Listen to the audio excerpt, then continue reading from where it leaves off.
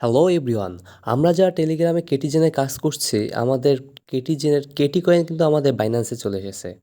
এখন এই কয়েন আমরা কিভাবে সেল দিয়ে ইউএসডিতে কনভার্ট করব তা আমরা এখন আমাদের এই ভিডিওতে দেখাবো। কয়েন সেল করার জন্য আমাদেরকে চলে আসতে হবে মার্কেট প্লেসে। মার্কেট প্লেসে একটি চাপ দিব। চাপ দিয়ে উপরে থাকা সার্চ বারে আমরা আমাদের যে কয়েনটি সেল দেবো সেই কয়েনটির নাম লিখব। আমরা লিখব CATI কেটি।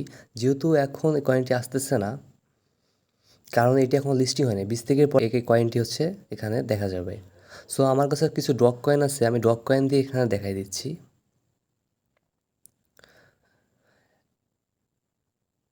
এখন এইখানে হচ্ছে আপনারা ডগ থেকে যে অন্য কোনো কয়েনে কনভার্ট করতে পারবেন, মূলত আমরা এখানে ডগ থেকে ইউএসডিতে কনভার্ট করব, তাই আমরা ডগ/ইউএসডিতে চাপ দেব।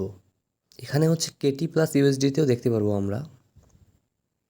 এখানে আমরা এরকম একটা ইন্টারফেসে আসবো। ইন্টারফেসে এসে আমরা আমাদের কয়েনটার প্রাইসটা উপরে দেখতে পারবো। যেমন এখানে ডক্সের প্রাইস চলতেছে $0.001।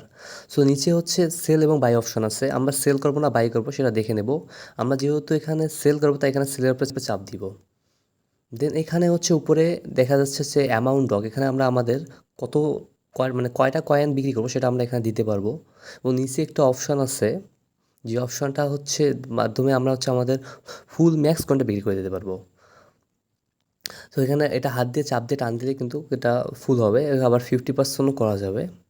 সো এখানে মূলত নিচে হচ্ছে আমরা আমাদের অ্যামাউন্টটা সিলেক্ট করে নিচে সেল বাটনে ক্লিক করলেই কিন্তু আমাদের যে কয়েনটা থাকবে এই কয়েনটা কিন্তু কনভার্ট হয়ে ইউএসডিতে হয়ে যাবে। ইউএসডিতে হওয়ার পরে আমরা আমাদের ওয়ালেট সেকশনে চলে আসবো। ওয়ালেট সেকশনে আসার পরে আমরা ইউএসডিতে চাপ দেবো।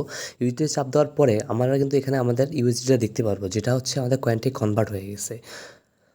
এখানে আমরা এখানে পুরোটা শো করবে।